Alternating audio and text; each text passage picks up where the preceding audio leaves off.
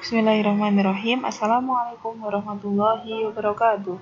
Selamat siang teman-teman. Bagaimana kabarnya di hari ini? Semoga selalu dalam keadaan sehat walafiat ya. Sebelum kita mulai diskusi, marilah kita buka dengan membaca basmalah. Bismillahirrahmanirrahim. Baiklah, kami dari kelompok 5, saya Isna Afifah Azizi, dan teman saya, Laili Ilma Mashkurin, Mukhalifatul Anonim, dan Uswatun Hasanah, akan mempresentasikan makalah kami dengan judul Memukul atau Menggigit.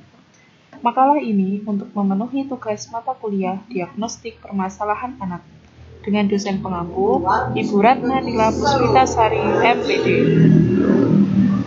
Pembahasan kita kali ini yang pertama yakni mengenai pengertian memukul atau menggigit. Yang kedua, penyebab anak memukul atau menggigit. Dan yang ketiga yakni cara mengatasi anak memukul atau menggigit. Nah, marilah kita simak penjelasan berikut ini. Yang pertama yakni pengertian memukul atau menggigit. Memukul menurut KBBI adalah mengenakan sesuatu benda yang keras ataupun berat. Menggigit adalah menjepit atau mencekap dan sebagainya menggunakan gigi. Sedangkan dalam konteks memukul atau menggigit yang dilakukan oleh anak usia dini adalah memukul atau menggigit merupakan perilaku agresif yang tidak disengaja. Hal yang lumrah pada anak usia antara 18 bulan hingga 3 tahun.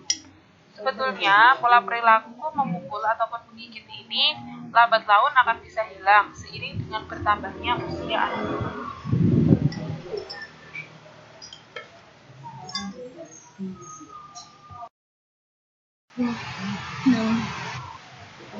Nah, selanjutnya mengenai penyebab anak menjadi memukul atau menggigit. Ada 9 penyebab yang membuat anak menjadi memukul atau menggigit. Yang pertama yaitu masalah sensori. Banyak anak memiliki sensitivitas sensorik yang sangat tinggi. Hal ini membuat mereka saat menyentuh, mendengar, mencium aroma, dan menjadi lingkungan sekitarnya secara berbeda dari anak biasa. Akibatnya, mereka mungkin lebih cenderung merasa cemas dan suka meremas, mencubit, memukul, ataupun menggigit. Nah, dengan adanya sensitivitas sensor yang sangat tinggi dan juga masalah sensorik ini dapat menyebabkan anak cenderung memukul dan menggigit. Yang kedua yaitu masalah perilaku. Ketika kita melihat seorang anak dipukul, mesti kita bereaksi sangat keras. Ini sangat bisa dimengerti karena perilaku tersebut tidak dapat diterima. Sayangnya, pada beberapa anak setelah memukul, mereka jadi mendapat perhatian meski berupa reaksi negatif. Kondisi ini membuat anak merasa lebih diperhatikan dan mengulangnya lagi.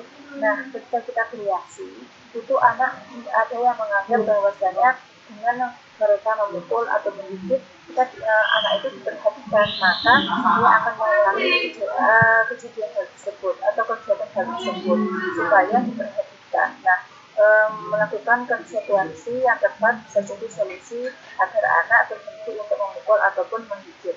Yang ketiga yaitu rasa ingin tahu. Anak mendorong temannya sampai jatuh atau memukul hingga menangis. Ternyata bisa jadi banyak keingin-tahuan yang berperan dalam. Misalnya, muncul pertanyaan di otak anak. Apa yang terjadi jika saya menggunakan gigi saya dengan cara ini ya? Jenis reaksi apa yang bisa saya dapatkan dari orang ini? Atau bagaimana kalau dia menangis? Semua pertanyaan ini wajar dan sesuai perkembangan untuk balita ataupun anak. Dalam kondisi ini mengeluarkan seseorang anak dari situasi tersebut dan mengarahkannya ke aktivitas lain yang menarik seringkali akan memuaskan rasa ingin tahunya. Jadi timbul rasa ingin tahu dari anak tersebut, apa ya yang terjadi jika saya melakukan hal tersebut, bagaimana reaksi anak tersebut jika saya melakukan tersebut. Nah, seperti itu. Yang keempat yaitu energi. Dalam beberapa hal, anak-anak seperti bola yang penuh energi. Level energinya yang sangat tinggi bisa membuat anak sangat aktif sampai tak bisa mengontrol dirinya sendiri. bisa dengan memukul atau menggigit anak lain. Bisa jadi anak butuh aktivitas yang lebih intensif untuk mengeluarkan energinya. Nah, anak di sini energinya sangat full, jadi dia sulit mengontrol dirinya sendiri dan akhirnya melampiaskan energinya tersebut dengan memukul atau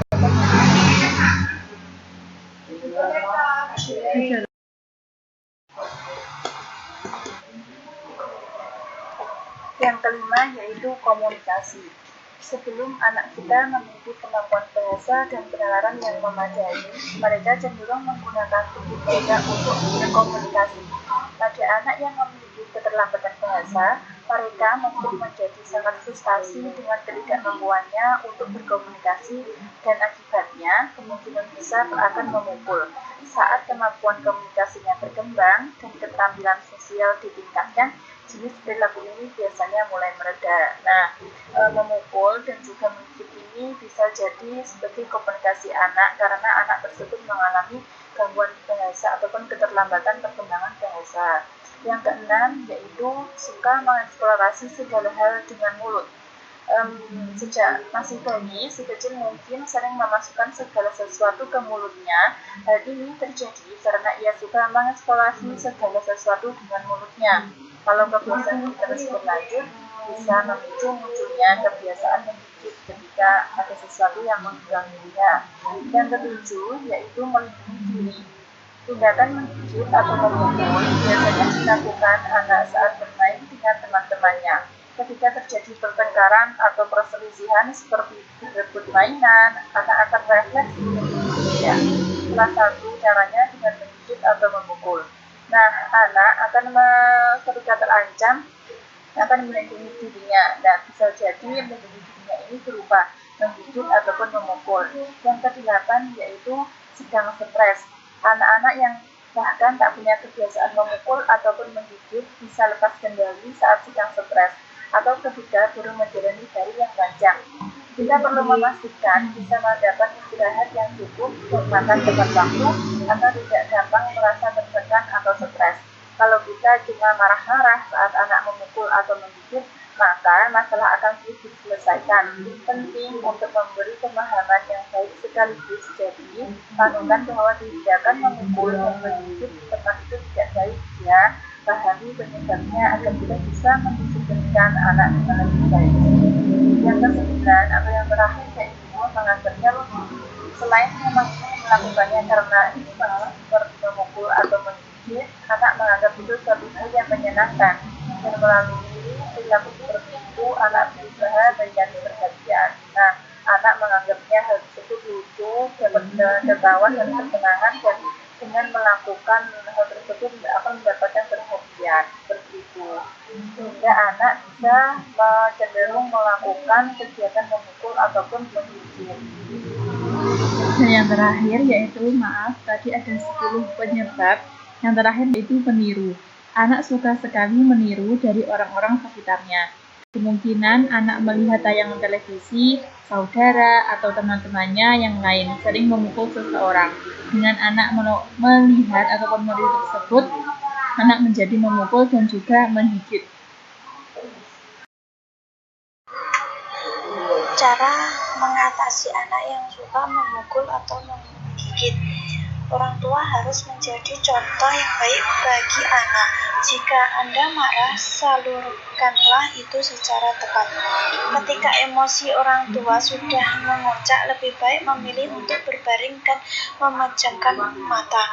Jika anak ingin bermain dan tidak ingin diganggu, berilah kesempatan secara bijaksana kepadanya. Jika Anda terpaksa harus berseberangan pendapat dengan si anak saat dia mengamuk, kemukakan pendapat Anda secara tegas tetapi lembut. Ajarkan anak Anda untuk berlatih menguasai dan mengendalikan emosinya.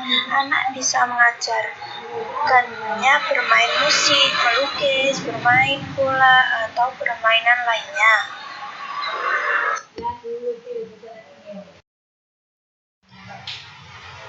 Selain itu, orang tua juga dapat menerapkan hal berikut. Yang pertama, larang dengan tegas agar anak tidak menyakiti orang lain. Yang kedua, konsisten dengan aturan agar anak terbiasa.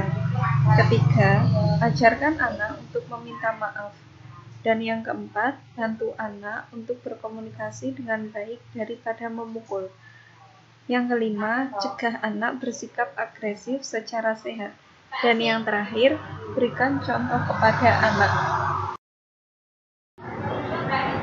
Demikianlah presentasi dari kami.